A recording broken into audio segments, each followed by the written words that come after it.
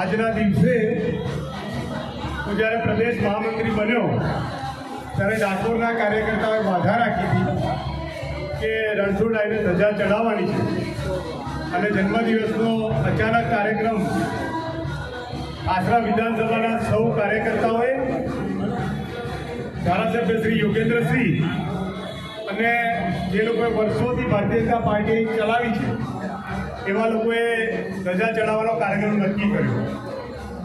એ કાર્યક્રમ નક્કી કરતાની સાથે આખા જિલ્લામાં ભારતીય જનતા પાર્ટીના બધા જ કાર્યકર્તાઓએ કોકને કોક જગ્યાએ સેવાનું કામ કરવાનું નક્કી કર્યું. આજે કોઈક જગ્યાએ મેડિકલ કેમ્પ ચાલે છે, કોઈ જગ્યાએ આંખનું ચેકિંગ કરીને મફત ચશ્મા વિતરણનું ચાલે છે, કોઈ જગ્યાએ દિવ્યાંગો સાથે ભોજન ચાલે છે, ઘરડાઘરમાં ભોજન અને વસ્ત્ર અર્પણ ચાલે છે. ખૂબ જ મોટી સંખ્યામાં જિલ્લાની બધી જ શાળાઓમાં ચોપડાઓનું વિતરણ પણ ચાલુ છે. જન્મદિવસ એ માત્ર બહાનું છે, પરંતુ એના નિમિત્તે જે ભારતીય જનતા પાર્ટીના કાર્યકર્તામાં સેવાનો ભાવ પડેલો, સેવાના સંકલ્પના ભાવનાથી ભારતીય જનતા પાર્ટીના રાષ્ટ્રીય અધ્યક્ષથી લઈ અને નાનામાં નાનો કાર્યકર, પ્રધાનમંત્રી મોદીજીથી લઈ અને નાનામાં નાનો ગામનો સરપંચ જે ભારતીય જનતા પાર્ટીનો છે એ પ્રજાની સેવા કરવા માટેના મોકા શોધતો હોય છે.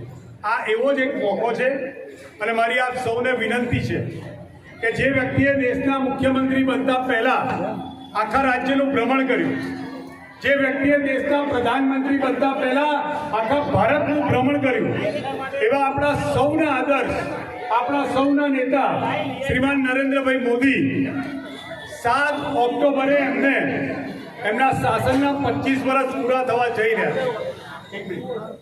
17 સપ્ટેમ્બર એ એમનો જન્મદિવસ છે અને ભારતીય જનતા પાર્ટી 17 સપ્ટેમ્બરથી 7 ઓક્ટોબર એમના શાસનના સુશાસનના 25 વર્ષ ઉજવવાની છે. અહીં ઉપસ્થિત બધા જ લોકો મનથી નક્કી કરે કે દેશને આવું અભૂતપૂર્વ નેતૃત્વ આજ પહેલાં મળ્યું નથી. માં ભારતીને ઈશ્વર તરફથી મળેલી અપ્રતિમ ભેટ એ નરેન્દ્ર મોદી છે. એમનો જન્મદિવસ 17 સપ્ટેમ્બર છે. જો એક નાના કાર્યકર્તાની જન્મદિવસને તમે આ રીતે ઉજવી શકતા હો તો એ દિવસે તો આપણા ગામમાં, આપણા ઘરમાં, આપણા વિધાનસભામાં ઉત્સવનો માહોલ થવો જોઈએ. પાર્ટીનો દરેક કાર્યકર્તા એવું નક્કી કરે કે 17 સપ્ટેમ્બરને મારે સેવાકીય કામ સાથે જોડવું છે.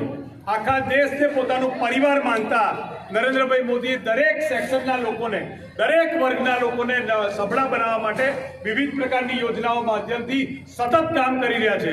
યોગેન્દ્રસિંહ જેવા જેટલા પણ ગુજરાતના 162 ધારાસભ્યો છે એ પોતપોતાની વિધાનસભામાં કામ કરી રહ્યા છે, દેશને મજબૂત કરી રહ્યા છે, સીમાઓ સુરક્ષિત કરી રહ્યા છે, નક્સલવાદ અને માઓવાદ આપણે ખતમ કરી રહ્યા છે, આપણી ઇકોનોમી વધતી રહી છે.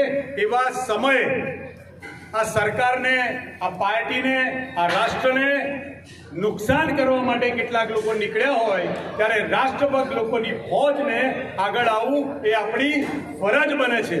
23 વર્ષના શહીદ ભગતસિંહ જો આ દેશ માટે, આ દેશમાં જાગૃતિ માટે હસ્તે હસ્તે ફાંસીના માંચડે એટલા માટે ચડ્યા કે દેશ આખો આઝાદી માટે જાગૃત બને. અત્યારે 2014 પછી આ ભારત દેશનું નામ ઊંચું કરવા માટે આપણો ગુજરાતનો લાલ નરેન્દ્રભાઈ મોદી જે કામ કરી રહ્યા છે એને વધુ મજબૂત કરવા માટે આપણે સૌએ આગળ આવવું પડે. પાર્ટીના હાથ મજબૂત કરવા પડે, યોગેન્દ્રસિંહના હાથ મજબૂત કરવા પડે અને સૌએ 17 સપ્ટેમ્બરથી 7 ઓક્ટોબરનો એમ 25 વર્ષ સેવાના એ કાર્યક્રમમાં ભાગ લેવો જોઈએ એ મારી વિનંતી. બોલો રણછોડરાય કી જય, રણછોડરાય કી જય, વંદે માતરમ, વંદે માતરમ, ભારત માતા કી જય.